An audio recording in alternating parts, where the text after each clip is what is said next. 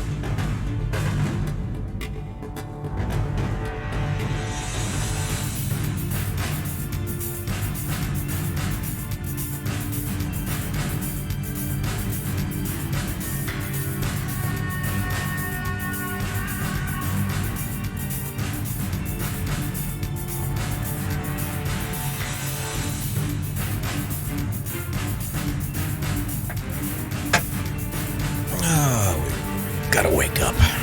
Gotta wake up.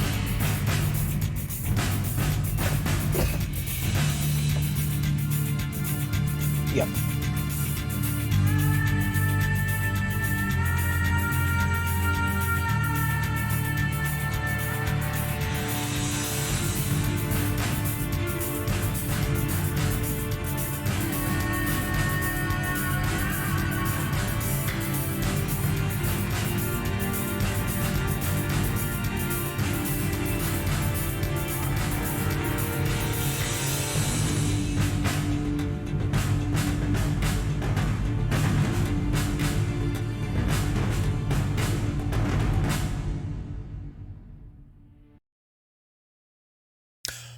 There it is. Good morning, good afternoon, good evening, wherever you are.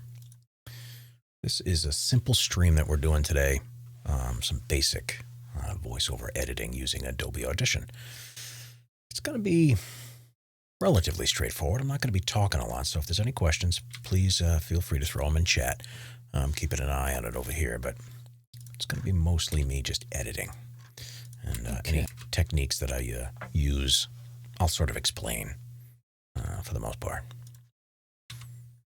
But yeah, let's get going. This is a channel called Top Fives on YouTube. It's something that I've recently got into with the creator there, and we're sort of trying to go over and recreate the audio style a little bit. Yeah, you'll get a sneak preview of me editing this. If the screen's jumping around a lot, that's Adobe Audition. You can see me zooming in there. 10 very unique and strange birds. So what I'm looking for are these spikes. That spike is a dog clicker, which gives me an indication that I screwed up and was a complete idiot. So it's a nice technique to use if you're a voice actor trying to do everything. Read the script, edit, polish, mix, master, all of that. So it gives you a nice spike. So I know that this thing right here is a mistake. It doesn't exactly help them in times of trouble, though, and they often have... It doesn't exactly...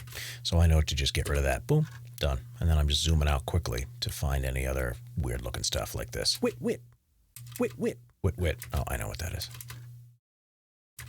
Due to the relatively small region in which they live, there aren't thought to be many rivers. There aren't, as you can see there, multiple clicks. Region in which they live. Number 9. All these big gaps, I'll come back on a second pass. This is rough editing, and I'll do a final pass after I process everything.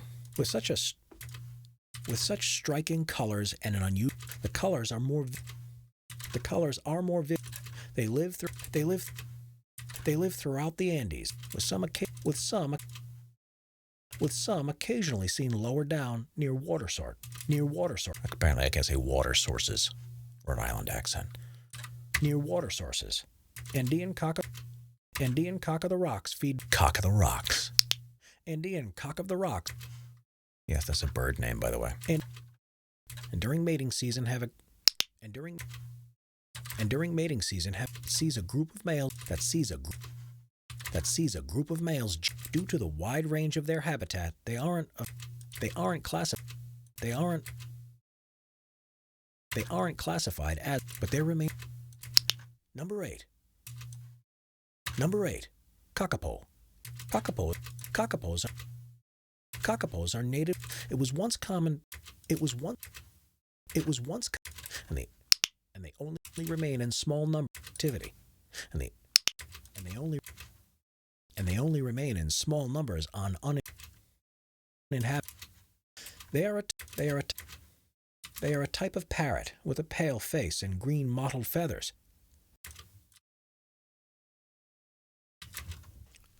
As of 2017, Wanuhao. Oh my God. Living on the islands of Wehuao. As of 2017. That's a long one. As of 2017, a total of 154 individuals were known to be living on the islands of Wanuhao, Anchor, and Hauturu. Breeding programs are, but their inability to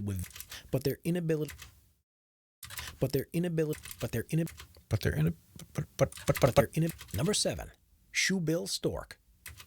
They grow up to 8 foot and have more than an 8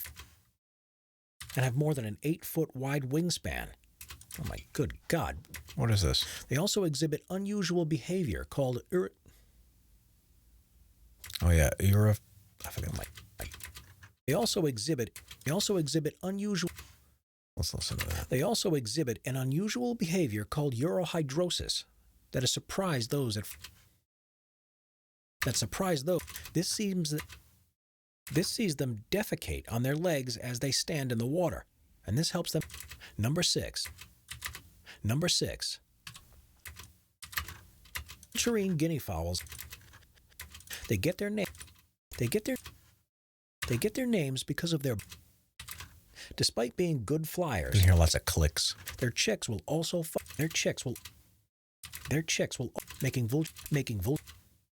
making vulturine guinea fowls one of the most aggressive interspecies birds that there is. Number 5, magnificent frigate bird. Oh, there's a cough. And the males have an unmissable range in behavior. They also engage in a behavior called klepto to help reach altitude. They also use currents in the air to help reach altitudes of up to. Number 4, they are thought to grow to be up to 10 inches tall with a weight of just 2 ounces, and often retain the same perch for the majority of their life.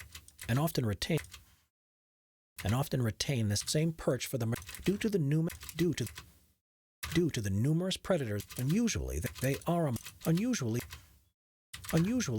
a monogamous. Number 3, species of large sea duck that can be found in the cold waters of Alaska and northern Siberia. They grow to cold waters of Alaska and Here you're going to see, I'm going to try to quickly get that right to where it needs to be. And northern Siberia. That can be found in the cold waters of Alaska and northern Siberia. They grow to be around 22 inches and very strange facial markings with white spectacle patches around their eyes. They are a diving species, but move to inland wetland areas during the spring. Population numbers of this species. Population numbers of and it's not now and it's not entirely. There are now only 3 in the Yukon Kosko, Russia, and the Yukon Kuskokwim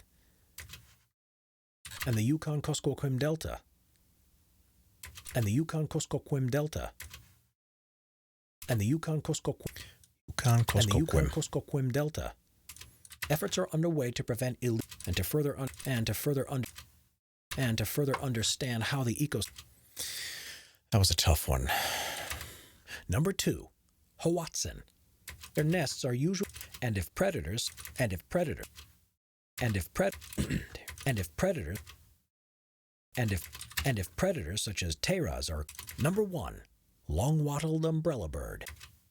Across the Pacifics, they also have a huge chest wattle, and groups of males perform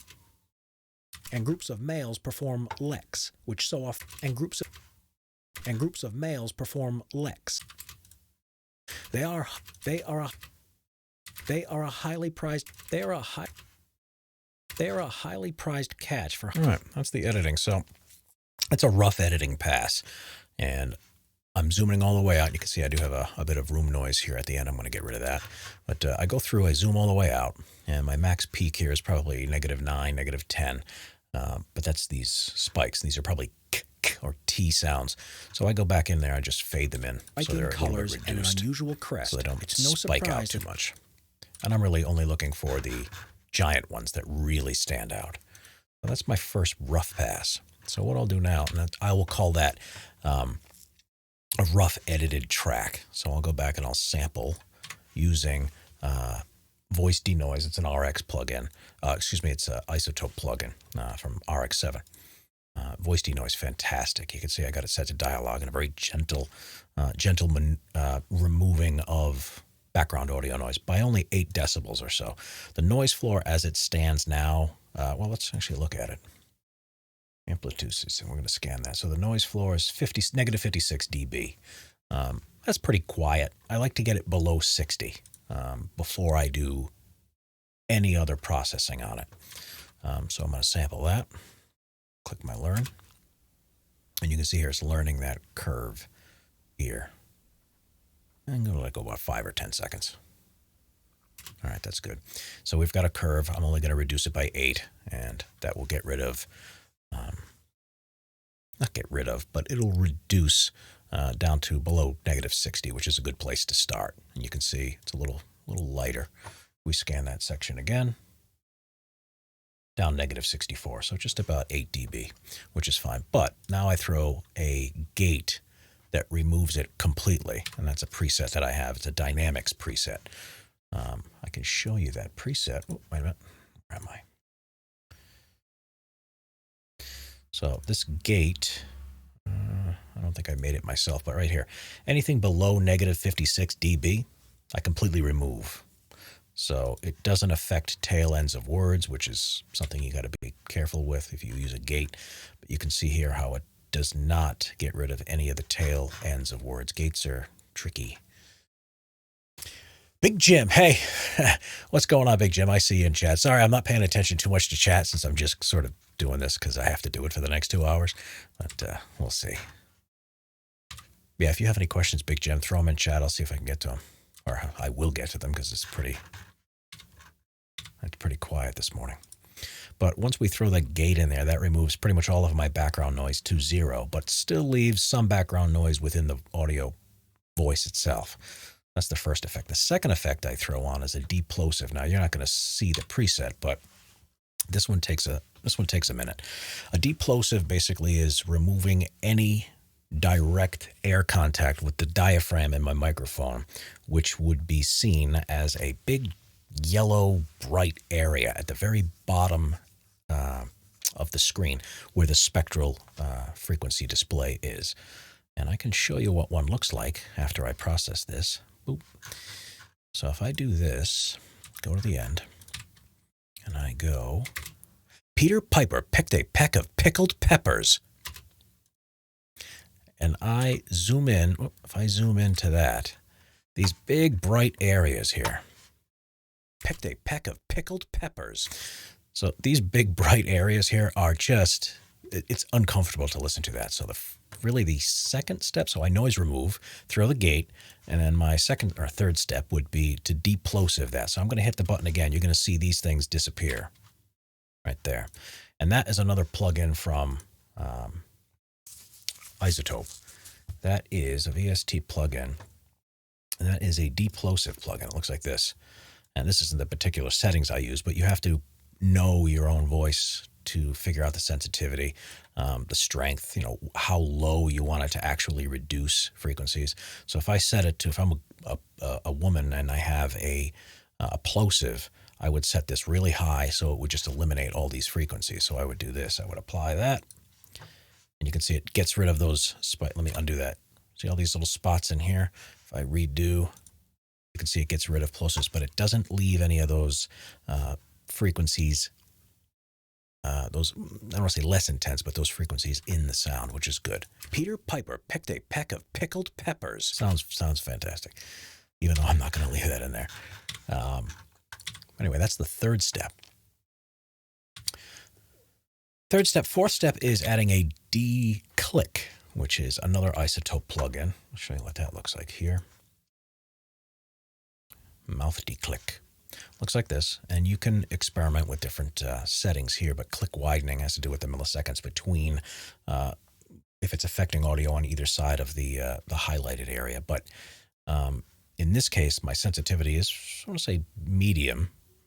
It really depends on the day. You wake up and you just record something and you've got a lot of mouth noise because you just had a big, giant coffee with cream and sugar and eggs to cheese and bacon, and you have a lot of mouth noise. You might have to set the sensitivity a little higher, but I don't recommend going over 5 or 6, only because it starts to introduce artifacting. But actually, while I'm talking, so you're going to see this is a long process. When you have I think this is an 11-minute narration, just about 11 minutes. It can take a while. My PC is not a huge beast, but it's fairly powerful, and this process takes a little bit.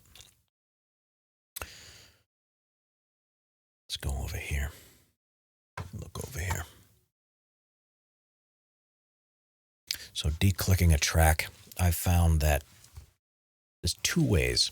So this is the processing. This is the mixing. I don't say mixing part of it. This is the editing part of it, where I will throw on, or I should say clean up certain tracks. I might do another pass of declick on a lower setting after I add my effects chain. My effects chain is pretty straightforward. There's not much on it, but once this finishes, the effects chain is pretty simple. In fact, I just have it macro to a button in Audition. That's another great aspect of Audition. You can set up a macro instead of doing all these things, opening a window, setting your dials, then hitting apply, waiting for it to be, you can just record a macro and get everything set up at once. Or you just press a button and it does it for you. This was one of the ones. So this multi-band compressor, I'm mastering in a limiter, were some of my earlier effects chains. I think we did this one.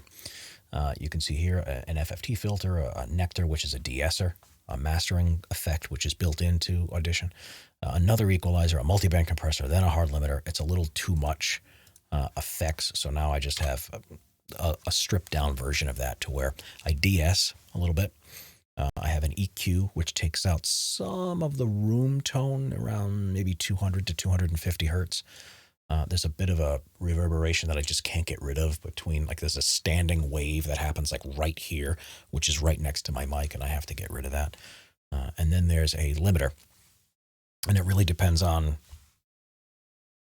knowing how to set the limiter. I mean, there's a lot of different, I think Waves L2 limiter is a good one. The Ozone retro limiter is pretty solid of a limiter to use. It's kind of, I don't want to say transparent, but I guess that's the word you'd use to describe it.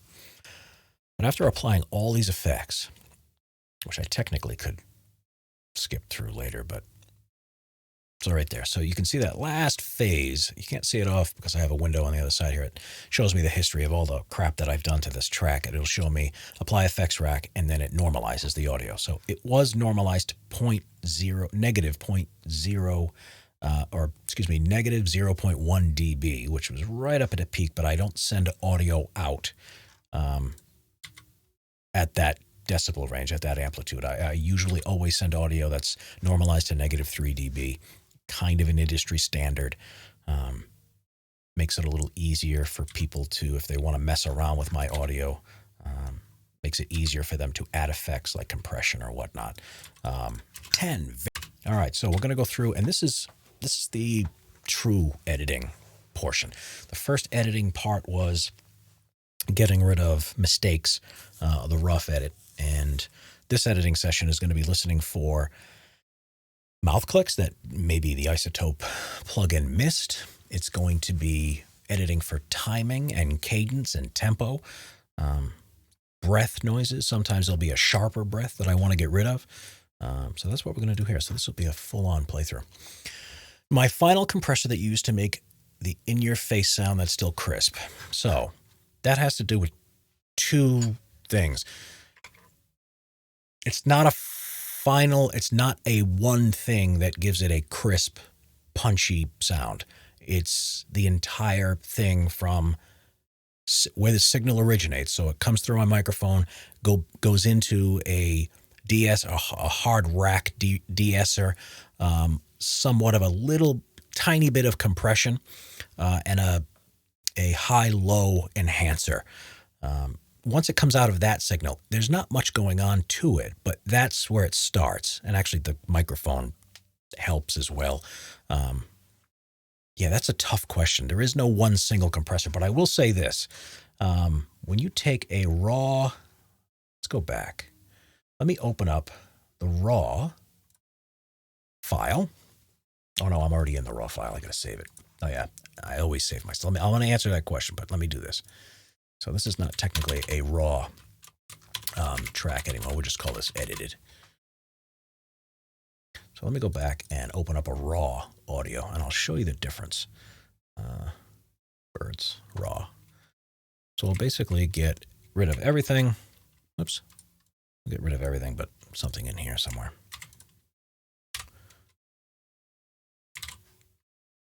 All right, so I'll get rid of all that.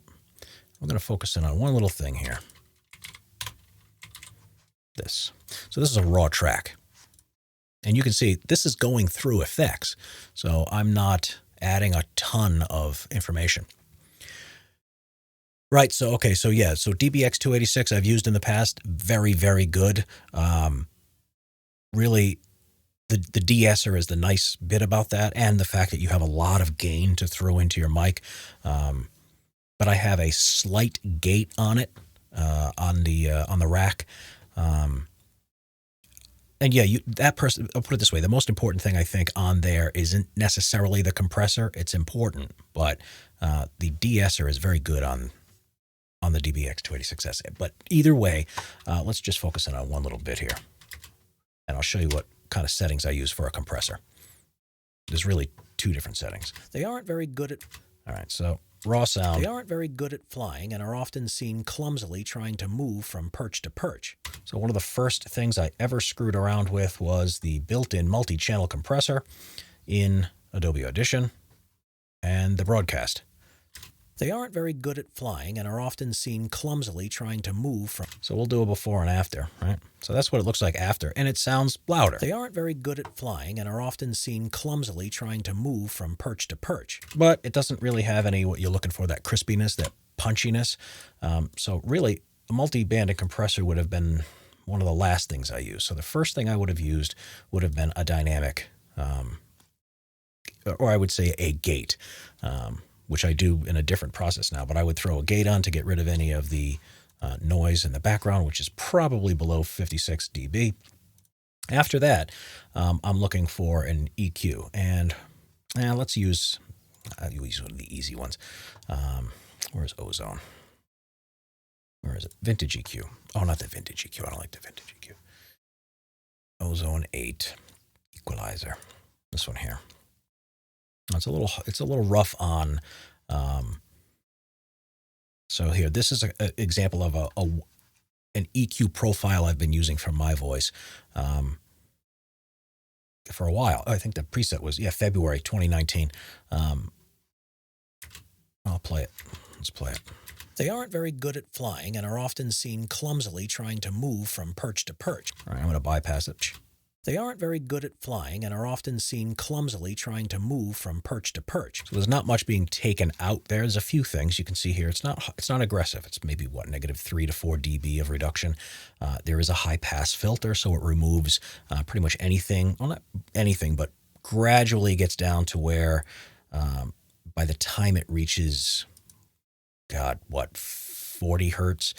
It's only reducing it by about 8 to 10 dB, which is enough. And then I boost up a little bit, maybe 3 dB, 2 dB of gain, around 4 to 6K to put back some of the detail lost from the de-esser. And hey, Minus, what's up, man? Good morning. You should be making art and videos instead of watching me edit. And then there's a high pass, or excuse me, a high boost filter. F6 dynamic equalizer waves, not heard of use. I don't have that one. I do have a dynamic EQ, but if you're just doing dynamic EQ is more useful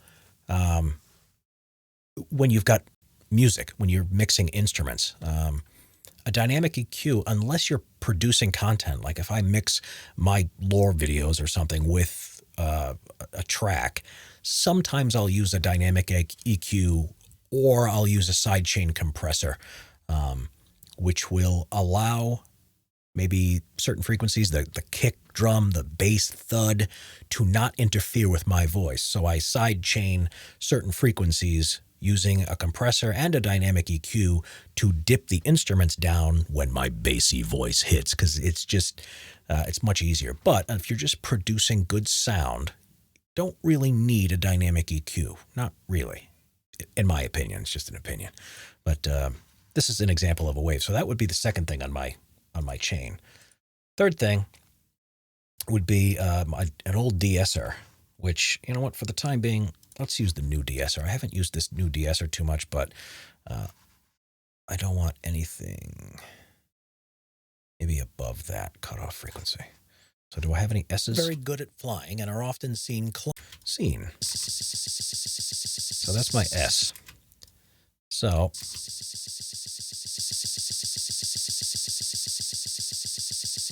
do that. Move it. I'm making the S sounds less by 7 decibels, which is kind of aggressive because my processing does it before that. That would be the next thing. So we're getting there, right?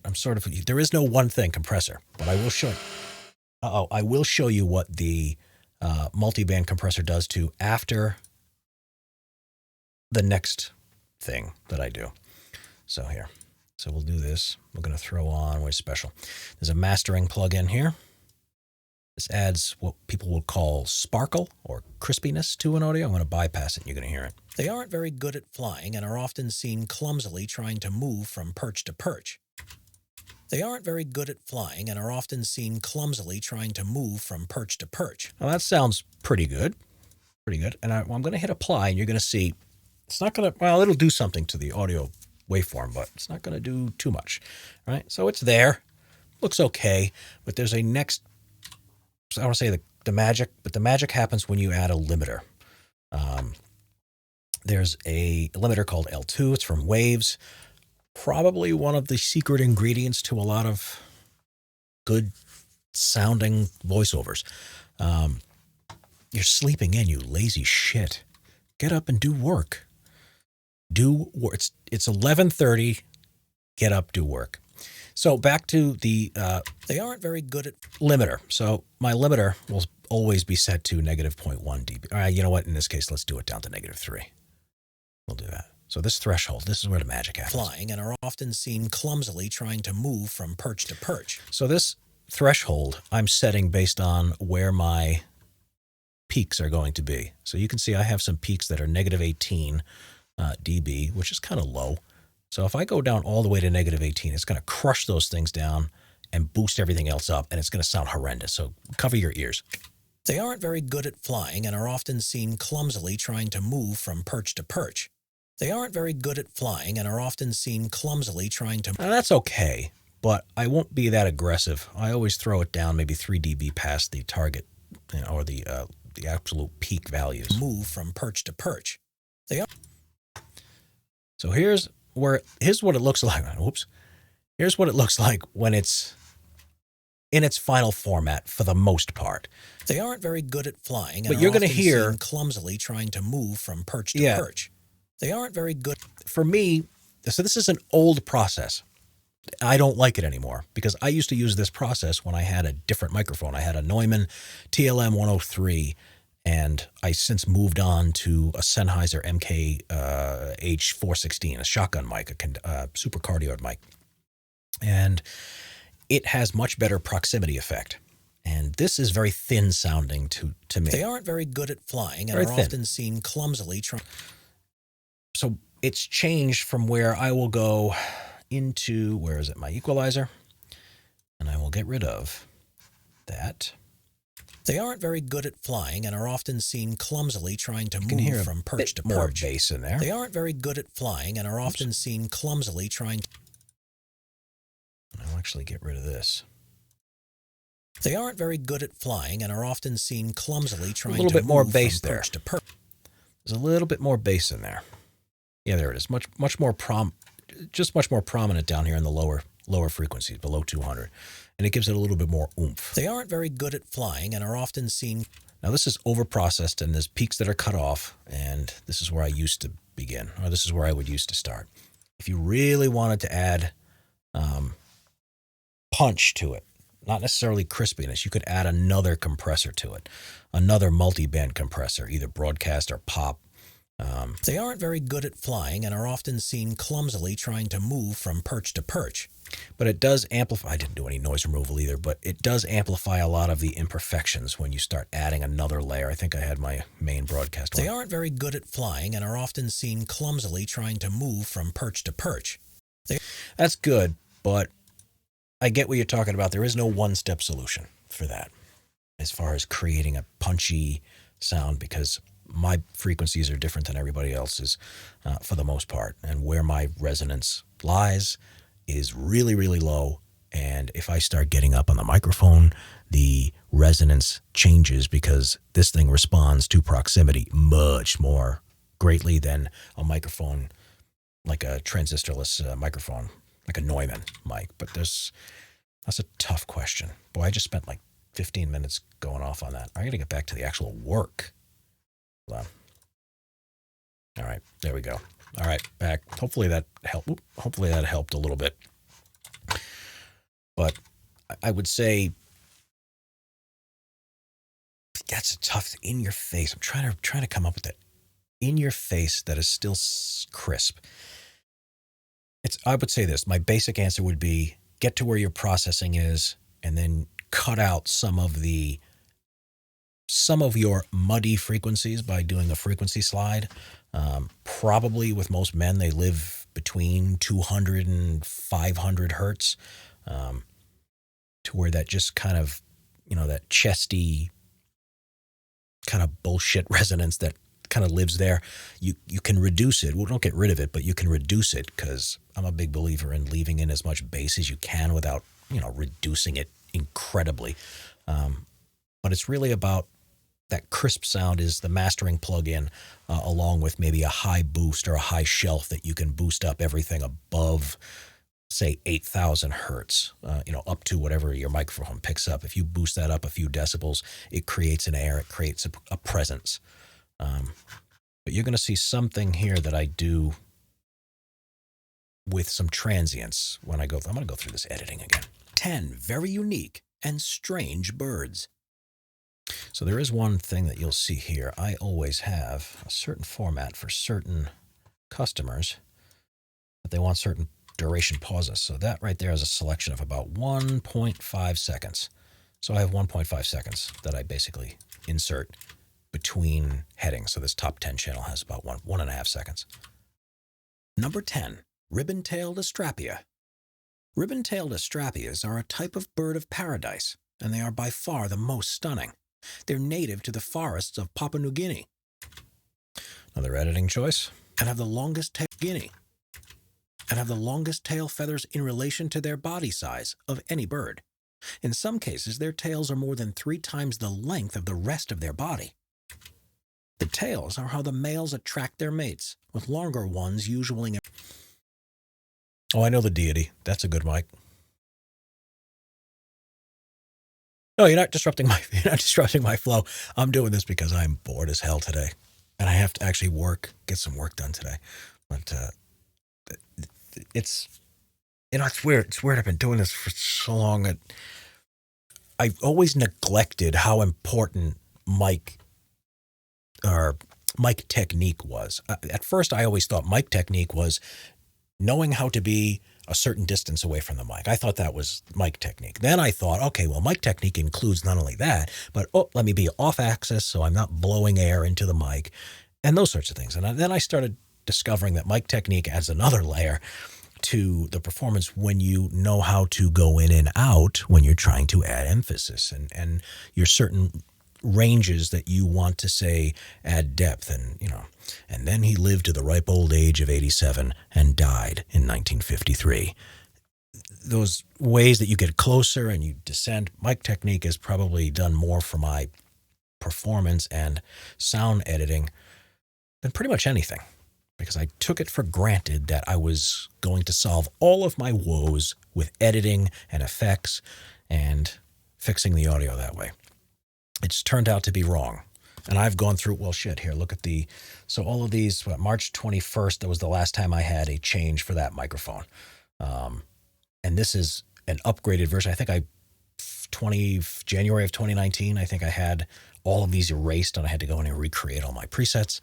And that was a pain in the ass, but I wish Audition would be easier to save presets into some exportable file, but that's just me. Someday I'll get a good mic. Someday, just get a Blue Yeti like everybody else and be done with it. Bird. In some cases, their tails are more than 3 times the length of the rest of their body. The tails are how the males attract their mates, with longer ones usually implying stronger genes to be passed on. It doesn't exactly help them in times of trouble, though. That's a nice visible click. You guys probably can't hear that, depending on the microphones or the cans that you're wearing or speakers that you're using. You can see it, though. This thing right here, oh boy, I can hear that. That's a loud mouth click that the declicker missed. It doesn't exactly help them in times of oh yeah, that's a little snap. And how I'm getting rid of that, by the way, if you're not using auto heal in Audition for getting rid of things like that, you're missing out. Auto heal is fantastic in Audition. They help them in times of trouble, though, and they often have to untangle themselves before they can fly away from danger. Huge pause. Usually their bodies grow up to 12 inches tall. I knew you had a Blue Yeti. Is it the Snowball? Or no, there's another one.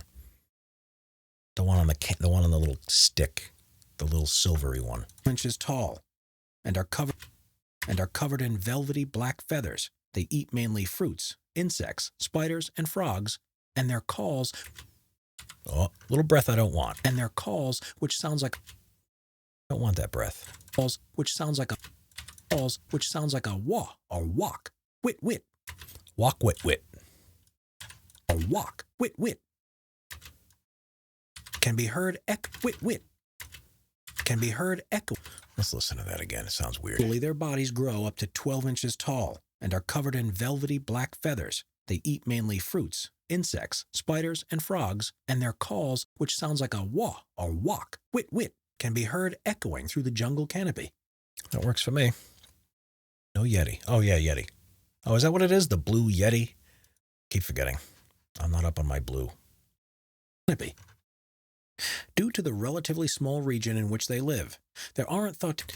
Don't want that breath. Live. Oh, that was an edit. There aren't thought to be many ribbon-tailed astropias, so, as a result, they're considered to be near threatened and could be a major risk limited edition. Any changes to their habitat. Why is it limited? Is it just limited to the amount that they can make? What makes, or is it the color? Number 9, Andean cock of the rock. Cock of the rock. Andean cock of the rock. My k is a little too pronounced there. That was a fade out. I have it macroed. I have just keys. So that's what it used to look like. Cock of the rock. The rock.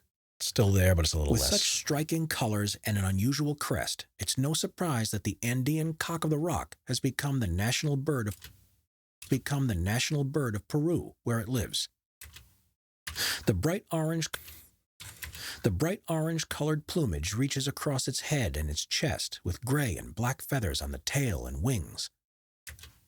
The colors are more vivid in the males of the species, but the females still stand out against the environment. They live throughout the Andes. I don't know what that was. They live throughout the Andes in Bolivia, Colombia, Ecuador, and Venezuela, and are usually found in the forests above 1,500 feet, with some occasional... Oh, double breath. Let's do this. With some, what did I do there? With some occasionally seen lower down near water sources. Indian cock of the rocks feed mainly on fruits and insects, and during mating season have an unusual competitive courtship dance that sees a group of males jumping up and down and croaking in an attempt to gain the attention of the females. Minus, why did you retract a message? Message retracted. Due to the wide range of their habitat, the females. Due to the wide range. Move this over here. Yeah, you can see my history window. That around so I can actually see shit. Due to the wide range of their habitat, they aren't classified as an endangered species. All right, man. Have a good workout. But there remains concern about their popularity in the international wildlife trade, as they are highly sought after throughout the world because of their colorful plumage. No, not really. I just fake it till I make it. Number 8. Kakapo. Another kakapo. Kakapo. Fucking birds. Kakapos are native to New Zealand where, because of the historic lack of predators, right, birds evolved to be very different from elsewhere in the world. It was once common throughout the islands, but now the species is at a severe risk because of human activity, and they only remain in small numbers on uninhabited islands. The flightless, nocturnal birds grow up to 25 inches tall and weigh as much as 9 pounds. They are a type of parrot with a pale face and green mottled feathers that help them to blend. Green mottled feathers. That's a big breath. They are a type of parrot with a pale face and green mottled feathers that help them to blend into their surroundings. They are completely vegetarian. Text-to-speech, you lazy. They are completely vegetarian and tend to feed text-to-speech, laying in bed, watching someone stream. Leaves, bark, roots, and fruits, and are solitary animals, only meeting up with others when it's time to mate. As of 2017, a total of 154 There's a little one in there.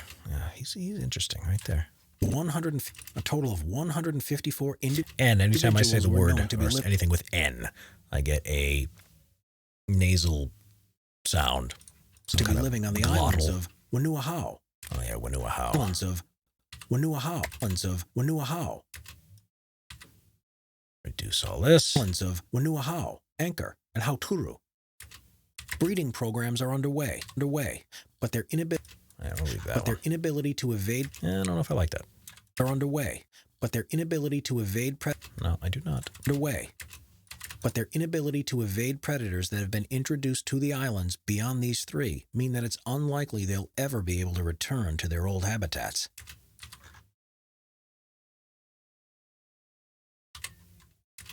Number 7. Shoebill stork. Shoebill storks, so called because of their distinctively shaped bills, are found across the tropical regions of East Africa. In countries such as South Sudan, and Uganda. They live in marshy areas where they wade through the water in search of their favorite food, lungfish. They grow up to 5 feet tall and have more than an 8-foot wide wingspan, and will often be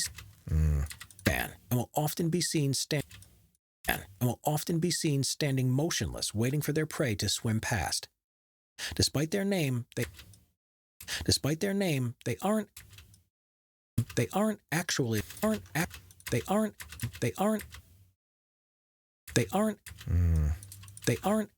a type of stork, but are more closely related to pelicans, and this explains why they have such a large shoe-shaped bill.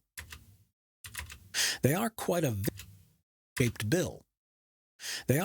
vicious species, and were said to have a strong bite by the first zoologists who wrote about them in the 19th century.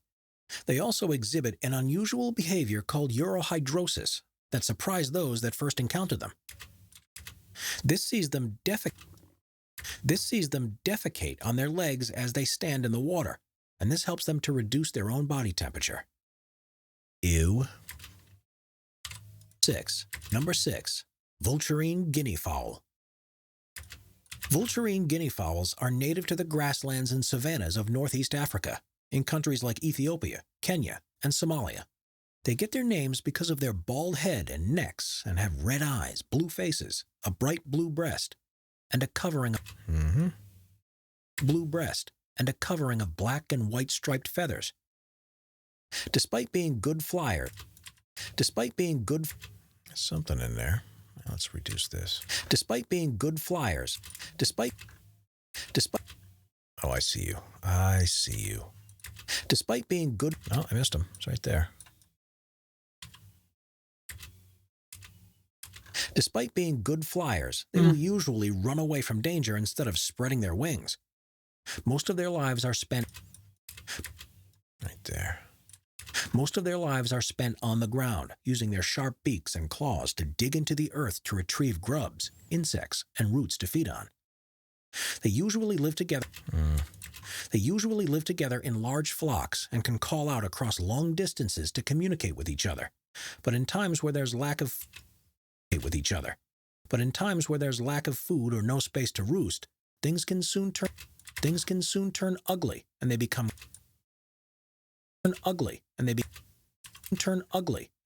quite violent towards each other. Their chicks will also fight each other for food too, making vulturine guinea fowls one of the most aggressive interspecies birds that there is. Interesting. Number 5. Magnificent frigate bird. Magnificent frigate bird. Magnificent frigate birds are huge seabirds that live in the tropical coastal regions of the Americas. There. He's alive. Coastal regions of the Americas. They grow up to 45 inches tall with a wingspan of up to 8 feet. And the males have Ooh, that's a good one. What did I do there? span of up to 8 feet. And the males Let's take that whole thing out, even though it's going to sound weird. with a wingspan of up to 8 feet. And the males have an unmissable red gular sac, which they use to attract mates.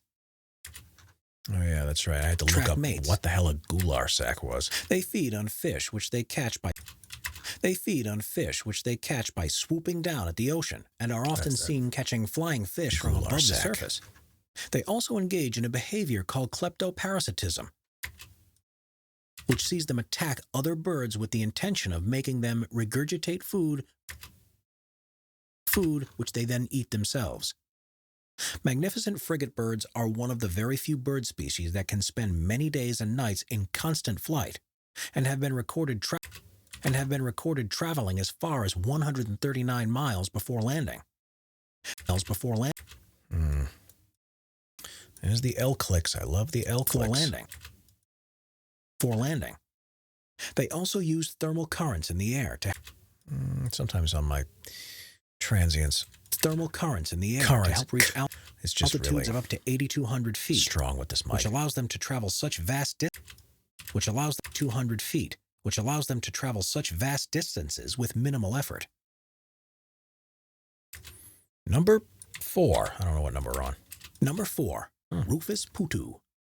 I don't know what a putu is, but Rufous putus are a small species of bird found in lowland Amazonia and are very difficult to spot because of their close resemblance to a rotting leaf. Because of this camouflage, very little is actually known about them. They are thought to grow to be up to 10 inches tall with a weight of just 2 ounces. Males and females are both very similar in appearance, and they feed on small insects. To do this, they have very precise movement in flight, and often retain the same perch for the majority of their lives, from where they can perfect their hunting technique. Due to the numerous predators in the regions across Venezuela, Ecuador, Peru, and Brazil that they live, all right, man. Rufous putus generally only move and feed at nighttime. Yeah, I should be done by later this afternoon. If you want to talk tonight, I'll be around, probably just streaming Red Dead Redemption or some other game, so I can actually just relax. But yeah, even tomorrow's fine. We'll jump in Discord. Due to the numerous predators in the regions across Venezuela, Ecuador, Peru, and Brazil that they live, Rufous putus generally only move and feed at nighttime, remaining on their perch during the day remaining on their perch during the day when they sleep. Unusually, they are a monogamous species, and rather than building a nest, they protect depressions in tree trunks and branches, which is where they lay their eggs. Trying to channel my inner National Geographic voice. Spectacled Ida. All right, got a couple of different weird sounds in there. Spectacled.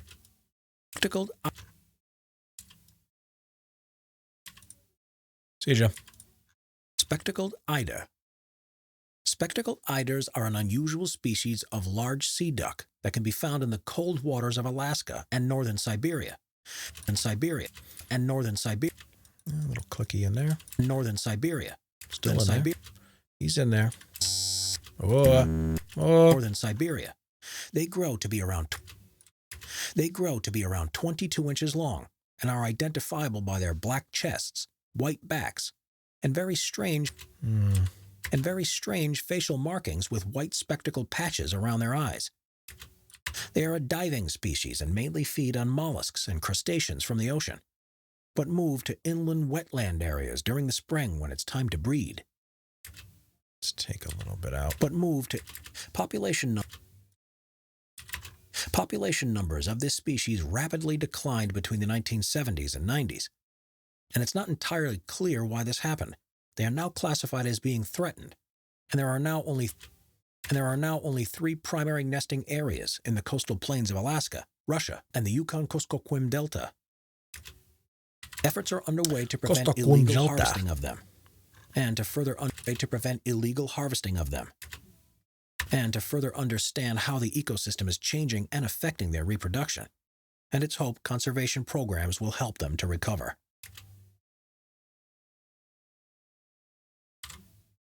Number 2, Hoatzin. Hoatzins can be found in the swamps of South America and are thought to be closely related to fossils that have been found from the time of the dinosaurs. They feed exclusively on plant material and have a digestive system that causes their food to ferment in a similar way to what happens in cows. They aren't very good at flying and are often seen clumsily trying to move from perch to perch, but they usually stay still most of the time.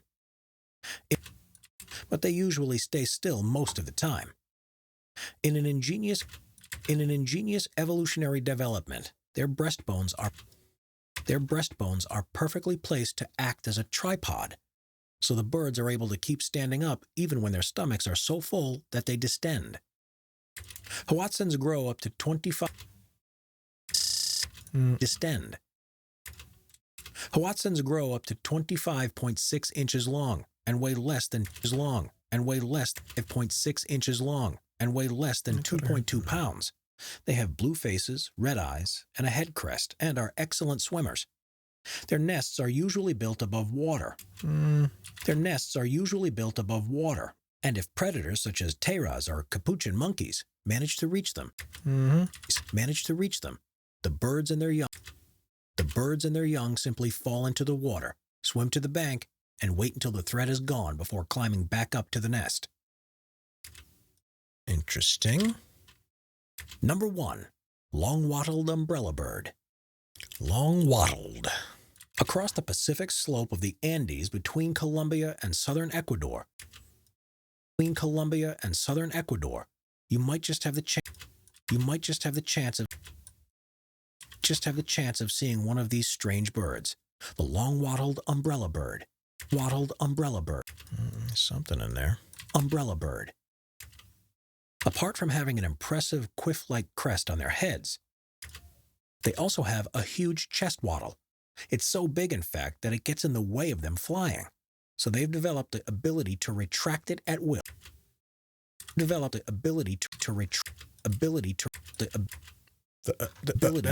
not going to retake that because, to retract it at will. Retract it at will. This also has become a crucial part of their mating behavior too, and groups of males perform leks, which show off their wattles, and their ability to retract and extend them in an attempt to prove their worth to the females.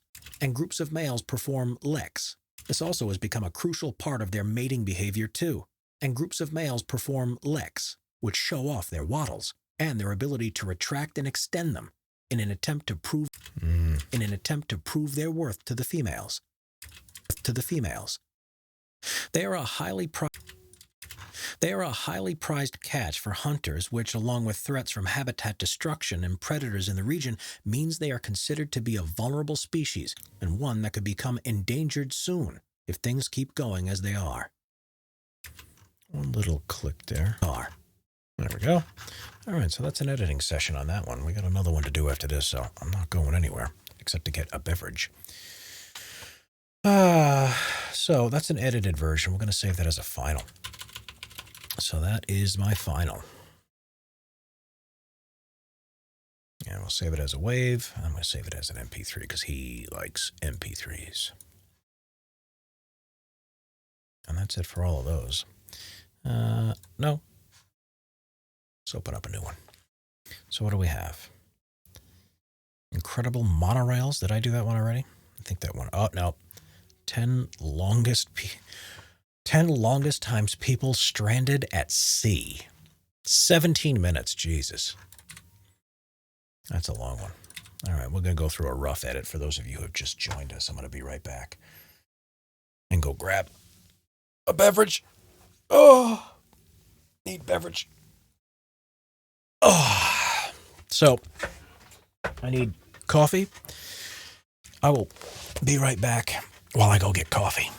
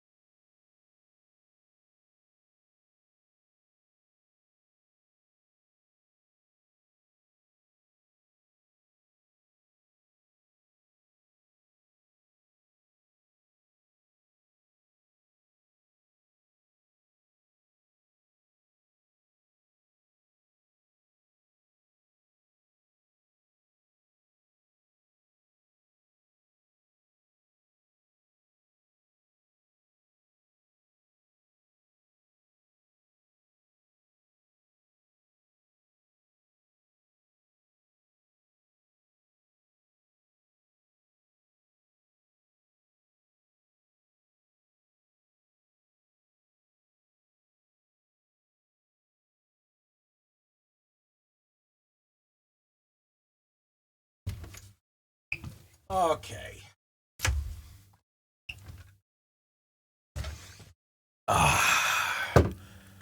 Coffee. Most important thing when editing, not recording, voiceovers. Don't drink your coffee. Imagine being I don't have to imagine. Wait, all the top 10? Yeah, maybe. All of them? I think because this top 10, it's weird. I'm doing top 10s for a channel called Top 5s. And I have not yet to do one top 5 at all. So I think he's trying to broaden. He's got about 700,000 or almost 800,000 subs, which is kind of good for a top 10 channel. I guess people really get bored. I get bored. Look, I do audio crap all day. Top 10, longest time. Top 10. All right, yeah. So top 10, for anybody who's just joining us or me, I'm going through a rough edit. This is going to be very, very quick. So all these little spikes and stuff mean I made a mistake somewhere. I'm going to go through and edit them all, and then we'll actually do the fun stuff. Number 10, 18-year-old Aldi Adelang. Number 10, Aldi Adelang. Did I get that wrong? Yeah. This. Number 10, 18. 8 job involved the job on this fateful day, which was lucky because it would be 49 days until he was finally rescued.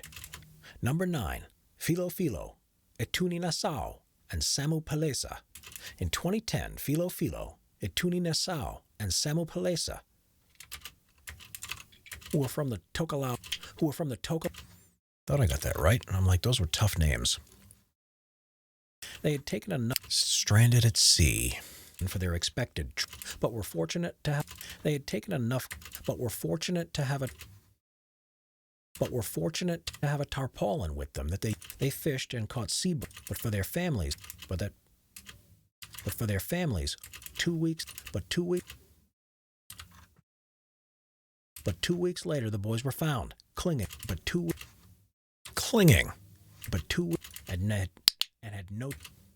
And had no chance of finding. I think at this point, because I recorded like 5 20-minute voiceovers this morning, first thing, and like by the last one, my voice was. I should have just rested and taken a break because my voice was starting to really dry out. Finding land themselves, the tuna trawler that rescued them. Number 8, Brad Kavanaugh and Deborah Kiley. The weather turned, and their yacht caps, and this would prove to be fatal for most, and it remains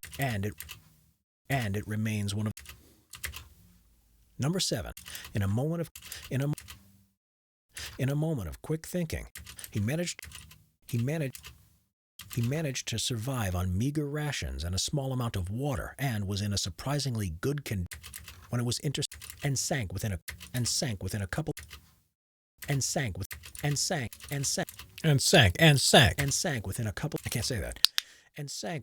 of minutes after. Oh yeah, what can I say? And sank within a couple of minutes after being hit by 2 torpedoes. I could not say 2 torpedoes.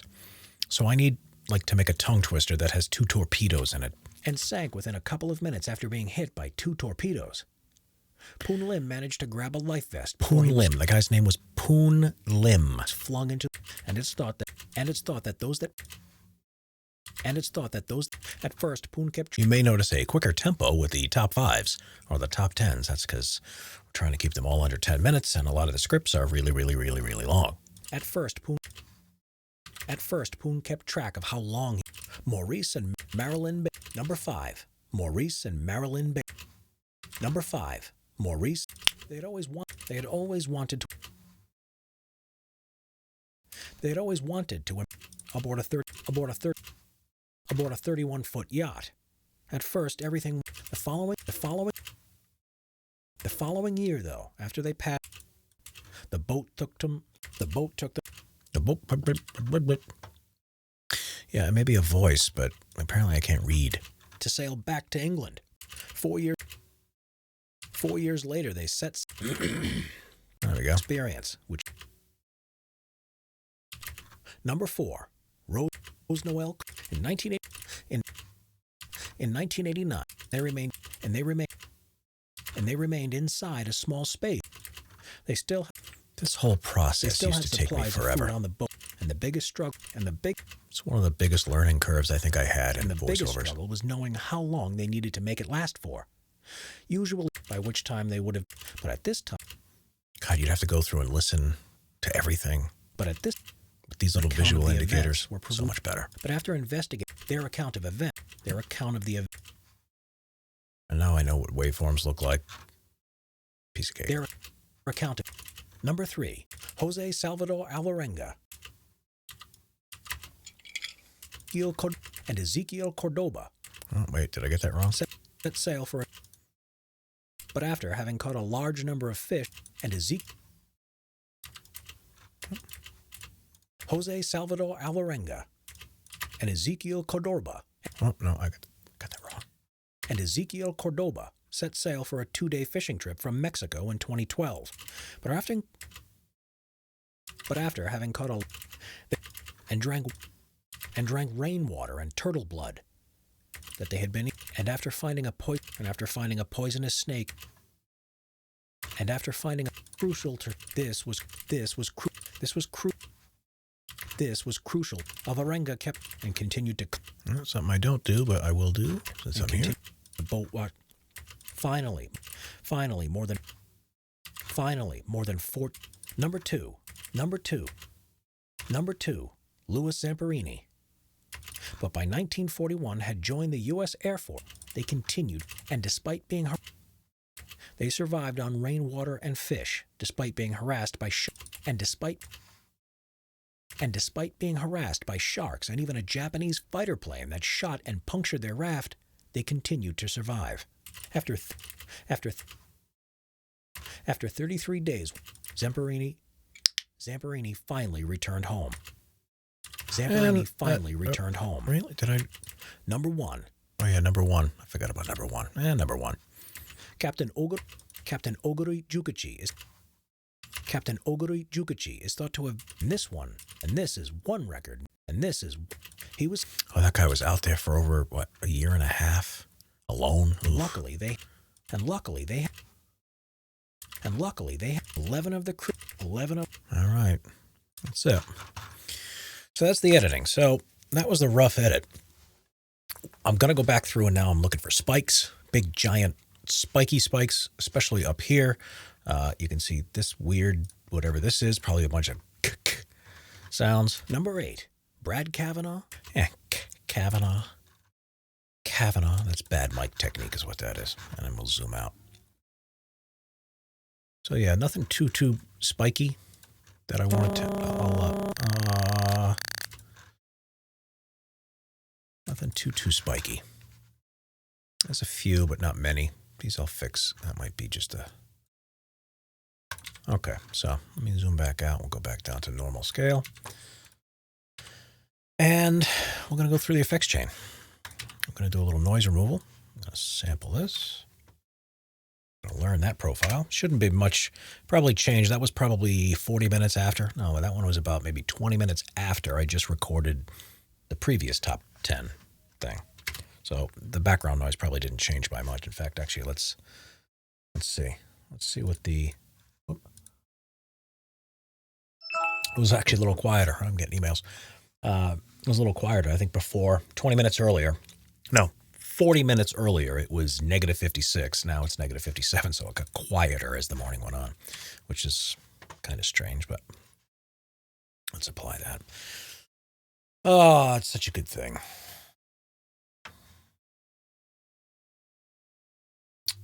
What do we got?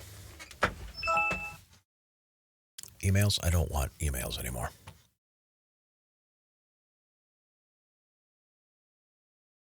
All right, so I'm going to throw on a gate. So that first noise removal pass was a spectral denoise. This was a gate that I just applied, which basically reduced it to near infinity. Next, we're going to do a deplosive, which I don't know if you can see it there on the stream, but the little window pops up applying RX7 deplosive. Plosive is the contact of air directly on the diaphragm of the microphone, which is not good. Unless you're a Joe Rogan who likes to sit up on his microphone like this and he just, has it right up on his face. But that's a dynamic mic and that's not too bad. Okay, so that was deplosive. Here's the long one. This is mouth declick. And what is the... See, so when I go through and re-edit this, I think this is a 13-minute video. I don't want email. This is a 13-minute video. So... This top 5 script is 13 minutes long, and I will probably get it down maybe to 12, but these are pretty long. It's weird that content on YouTube is, I don't want to say it's getting longer, but I remember a day when they used to say, don't go above 5 or 6 minutes and you'll lose your audience. Right now, what am I streaming? How long have I been streaming? Let's see, I know it's on there. Really? Doesn't say how long I've been streaming. Oh, 1 hour and 10 minutes. So I've probably had 3 people in here, which is good. Because coffee.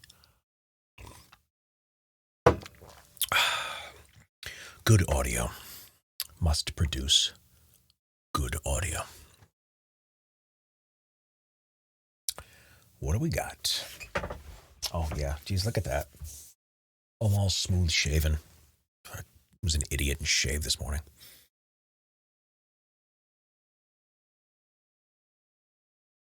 All right, so as you can see, mouth declick takes a long time.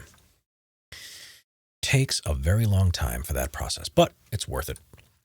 And then I'm going to pop on another effects rack. This is the best part of my day when I'm doing editing. The signal chain from the noise removal, the deplosive, declick, and then the effects chain. When I throw the effects chain on, it takes a minute. I mean, it's like 3 minutes. I could just like check my email, get online real quick, check Twitter, see what's going on there, and just mess around. That's so good. It's so good. I wish I could edit this at like double speed, but can't get a feel for it. Or at least the playback speed, double it would sound like Alvin the Chipmunk. But is Alvin still around? Do they still do the Chipmunks?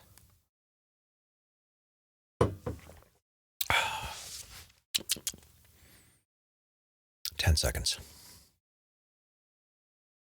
It's the best part of the day. Just sit back, relax. Boom, bang. All right, so we got a rough track. I'm going to delete that at the end. We're going to go back in. I still should have 1.5 seconds. Yeah, that's roughly 1.5.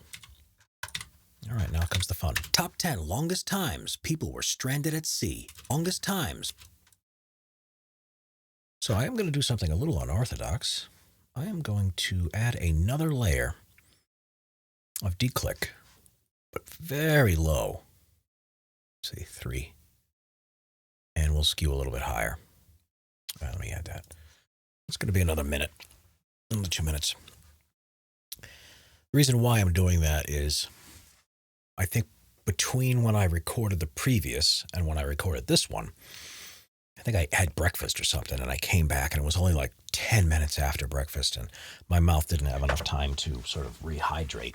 So I had a little bit extra clickies, and the first pass of clickies gets rid, or declicks gets rid of the loud ones, the long ones that are, a tenth of a millisecond that are just annoying. They're just kind of weird to listen to. It makes you sound like I have a wet mouth.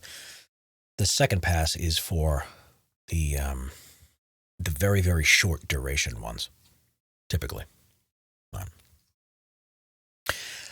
Before Isotope came out with that declick module, I think the RX, what was that? The RX modules, I used to bring it out of Audition, go into the RX native application, and then come back in, re-import it in here. It was just, yeah, I think it was RX6. RX6 was great, but RX7 made it so much better. But I don't even know if I'm going to go to RX8 because there's nothing in there for me except for that. What was that? The dialogue matching, I think, or something equalized matching that they just released in RX8 or Ozone 8. I want it, but they only released it for Pro Tools, which they're just ignoring a huge segment of people that use Audition. What if? Maybe they got an exclusive deal. Top 10 longest times people were stranded. Top 10. Can I zoom in on where I want to be? Longest times people were stranded at sea. So here's the default 1.5 seconds. Number 10, Aldi Adalang. 18-year-old Aldi Adalang worked as a fisherman in Indonesia, and in 2018 he sailed his fishing hut into the ocean like he had done many times before. These vessels are designed for long periods at sea, often months at a time, and he dropped anchor about 75 miles out from the coast. The job involved lighting lamps around the hut to attract fish, and even though it's quite an isolated job, he had a walkie-talkie that he used to keep in contact with other fishermen in the area, who were often no more than 5 Let's see how that sounds. Fishermen in the area, who were often no more than 5 miles apart from each other. That works. On this fateful day, however, he needed this means of communication for a more urgent reason. His anchor broke. His anchor broke, and his hut was adrift. He had about a month's supply of food on board, which was lucky because it would be 49 days until he was something there. Where is that? 49 days. Oh, it's right in days. 49 days until. I'm not getting that one. 49 days until. Nope, I'm I'm not getting that. 29 days until he was... It's down in here. You can see it sort of here. There's a glottal smack. 9 days until he was finally rescued. On speaking of his ordeal after he was found, he said that it was only after the first week that he started to worry. And he continued to catch as much fish as he could. Fish as he could, without any GPS or navigational equipment. He had no idea where he was. He had no idea. Reduce that. He had no idea where he was during the time. But the most frightening part for him, even more so than the sharks that constantly circled the hut, was when he ran out of fresh water without any means of making more. Finally, he was rescued by a passing ship on its way to Japan. The crew hauled him aboard and took him with them. And unsurprisingly, Aldi said he had no intention of going out on a boat again. I began looking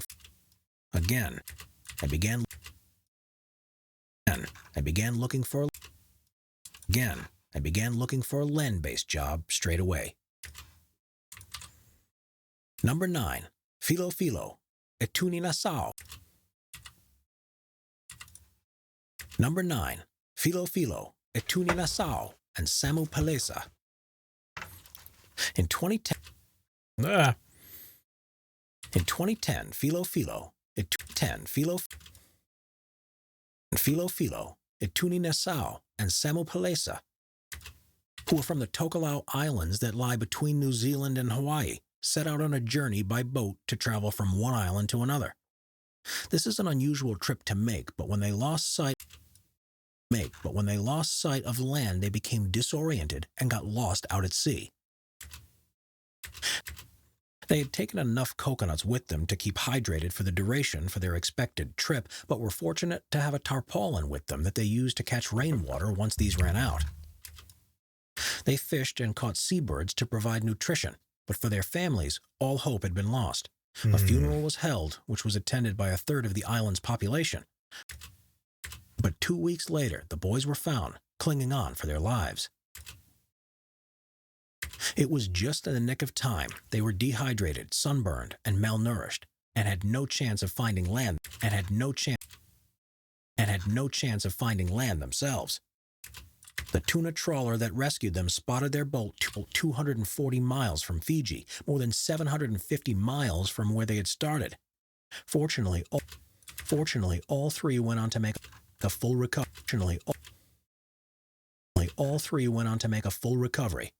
But it will be a while before they try to navigate the ocean by themselves again. Number 8. Brad Kavanaugh and Deborah Kiley. In 1982, a group of 5 friends set... What is that? I don't hear it, but... Deborah Kiley. In 1982, a group of 5 friends set sail from Maine to Florida. But what was supposed to be an uneventful trip soon turned to tragedy. Just 2 days in what should have been a 6-day voyage, the weather turned and their yacht capsized. In the process, one of the crew slashed her leg, and this would prove to be fatal for most of them. The blood in the water attracted a large number of great white sharks, who started to circle them. And even though they managed to climb, Ooh, that's a good one. And even though they managed to climb into a life raft, the predators started ramming the boat, trying to get them. Jesus Christ. Over the following 5 days, 3 of the crew were ultimately eaten by the sharks after becoming delirious and jumping into the water. Only Brad Kavanaugh and Deborah Kiley were still alive by the time that help arrived. It's a hell of a way to go. And it remains one of the most tragic nautical stories of recent times. Yeah, I wouldn't want to go that way. Number 7. Stephen Callahan. Experienced sailor Stephen Callahan was taking part in a race across the Atlantic Ocean in 1982. A few of the boats had been sunk by bad weather, and after stopping in Spain for repairs, he set sail again towards the Canary Islands en route to Antigua. A severe gale struck en route to Antigua. A severe gale struck, which meant he was forced to abandon his boat and take refuge in his inflatable life raft. In a moment of quick thinking, he managed to dive to the sinking boat to recover supplies to help him on the raft. And then he sat back and waited for rescue. Despite search crews going out to find him, the ocean currents had moved him far off his planned route, and no sign was seen of him.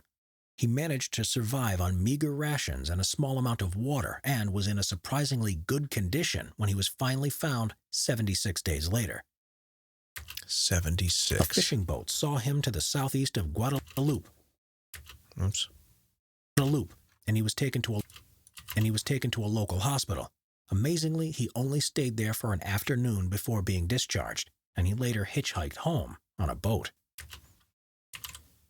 Number 6. Poon Lim. Poon Lim from China was working as a steward on the Ben Lomond, a British ship. During the Second World War, it was traveling between Cape Town and Suriname when it was intercepted by a German U-boat and sank within a couple of minutes after being hit by 2 torpedoes. Poon Lim managed to grab a life vest before he was flung into the water and found a raft that he climbed onto that had water, some food, flares, and a flashlight. He was the only person of the 53 crew to survive. But this was just the beginning of his ordeal. He was surrounded by sharks, which he hunted and ate, and was passed a number of times by other ships who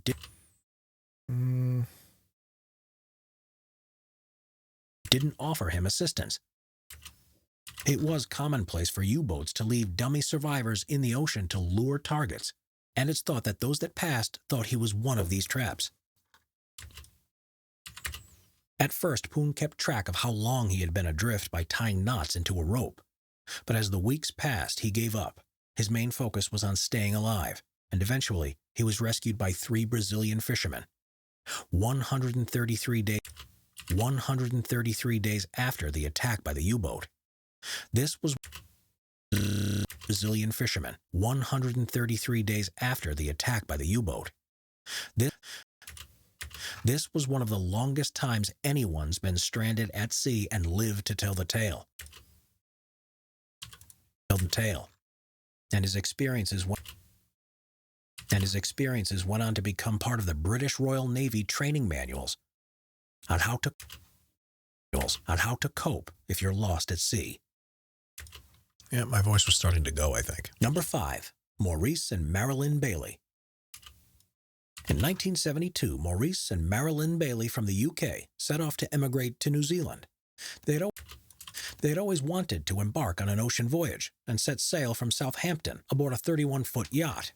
At first, everything went well, and they sent regular postcards back to England with updates on their progress. The following year, though, after they passed through the Panama Canal, their correspondence stopped. It later transpired that after passing a whaling ship, they heard a thud on their hull, and their boat was upturned by an injured whale.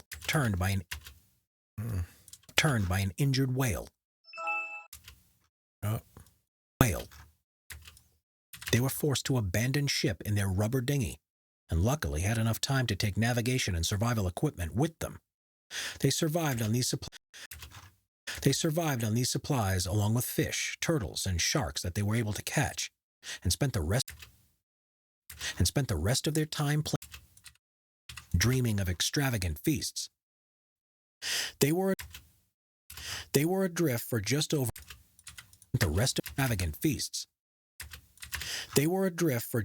117 days by the time a Korean fishing boat rescued them. And wouldn't have survived much longer. They were dehydrated and sunburned to such an extent that they could barely move. The boat took them to Honolulu, where they recovered, and surprisingly, they decided to build themselves a new boat to sail back to England. 4 years later, they set sail once more and sailed back to England. What is that? What did I hit the table? A new boat to sail back to England. 4 years later, they set sail once more, and after returning home, wrote a book about their experience, which became a bestseller.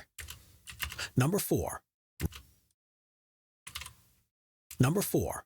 Rose Noel Crew. 4. Rose Noel Crew. In 1989, 4 men set sail from New Zealand towards Tonga on a trimaran called the Rose Noel. Just 3 days into their journey, a giant wave struck the vessel, flipped it over, and trapped them all inside. Tempo on this one seems weird. And trapped them all inside, which set in motion a... Yeah, I think I did this one. Which set in motion a 119-day-long ordeal for each of them. 119 days, Jesus. With no life raft, they were forced to use the upturned boat as their home during the time, and they remained inside a small space inside, choosing this as their place of refuge instead of climbing on top of it. They fashioned a water catchment system, and the boat itself started to become a floating reef, which attracted enough fish for them to catch and survive on. They still had supplies of food on the boat, which provided enough sustenance, and the biggest struggle was knowing how long they needed to make it last for. Glottal. Usually the currents would have carried them to the Americas, by which time they would have been long dead. But at this time of the year, they got caught in a circular current that brought them ashore on the Great Barrier Island. After 4 months, they spent their first night asleep on the beach. Took time to shave and clean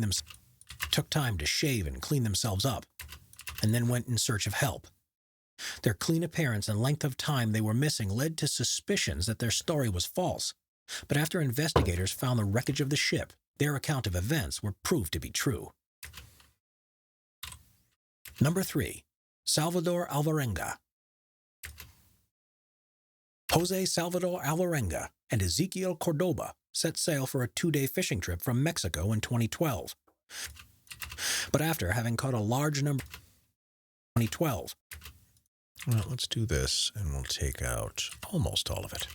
But after having caught a large number of fish, their boat was struck by a storm that broke their radio and washed them further out to sea. They survived in the first few months by eating raw fish and birds they caught, and drank rainwater and turtle blood. Cordoba soon started to become very ill, though, and after finding a poisonous... Yeah, after drinking turtle blood, probably. Cordoba soon started to become very ill, though, and after finding a poisonous snake in the belly of a bird that they had been eating, he refused to eat any further meat. This was crucial to surviving, though, and he died soon after. Alvarenga kept his body on the boat for a few days before pushing it overboard and continued to cling on for his own life. Finally, more than 14 months after the storm, the boat washed ashore in the Marshall Islands, more than 5,500 miles away, and the locals helped nurse 5,500 miles away, and the locals helped nurse him back. I don't like that breath. And the locals helped nurse him back to health.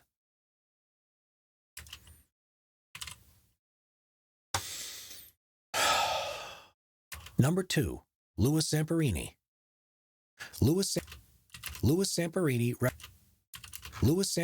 represented the U.S. in the 5,000-meter race at the 1936 Olympic Games in Berlin, but by 1941 had joined the U.S. Air Force and became involved in the Second World War. He was a bombardier in the Pacific and was sent out on a search and rescue mission for a missing aircraft in 1943. During the search, however, the B-24 plane crashed into the ocean because of mechanical difficulties about 850 miles south of Oahu. 8 of the 11 crew on board were instantly killed, and Zamperini managed to get aboard a safety raft with the other 2. They survived on rainwater and fish, and despite being harassed by sharks and even a Japanese fighter plane that shot and punctured their raft, they continued to survive. After 33 days, one of his crewmates succumbed to the conditions and died. Wait, what? One of his crewmates succumbed to the conditions. Why did I pause and succumbed? Crewmates succumbed to the conditions and died, and on the 47th day after the crash, the remaining 2 washed up on the shore of the Marshall Islands. They were captured by Japanese troops who kept them as prisoners of war, and they were kept there until the war ended. Finally, a year and a half after setting out on his mission, Zamperini finally returned home. Number 1. Captain Oguri Jukichi. Captain Oguri Jukichi is thought to have been one of the first Japanese citizens to visit present-day California, but his journey there was far from ideal. He's currently the record holder for being stranded the longest at sea and surviving, and this is one record no one's clamoring to break. He was sailing with his 14-man crew off the coast of Japan in 1813 on their way to Edo when they were hit by a storm that disabled their ship. It began to float across the Pacific, and luckily they had a cargo of several hundred bags of soybeans that they were able to eat to stay alive. 11 of the crew, however, died at sea from scurvy.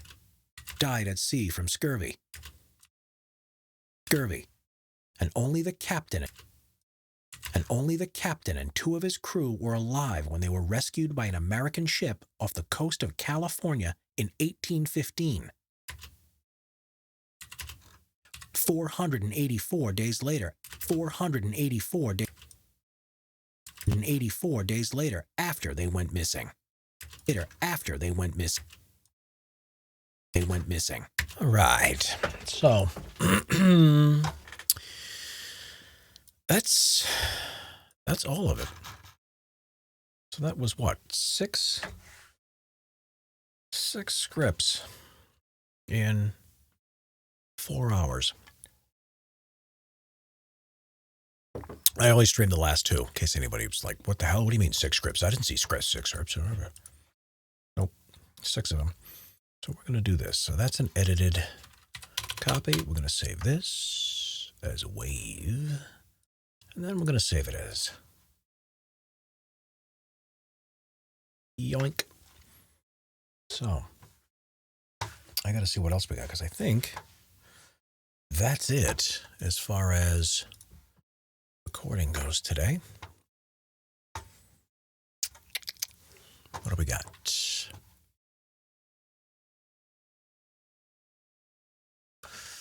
We'll check it out. We'll see.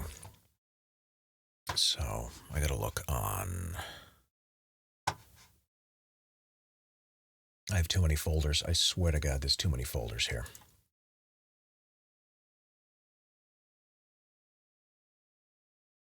Why isn't sort by type a default in Windows? Really? Sort by type. Thank you. And then group by date.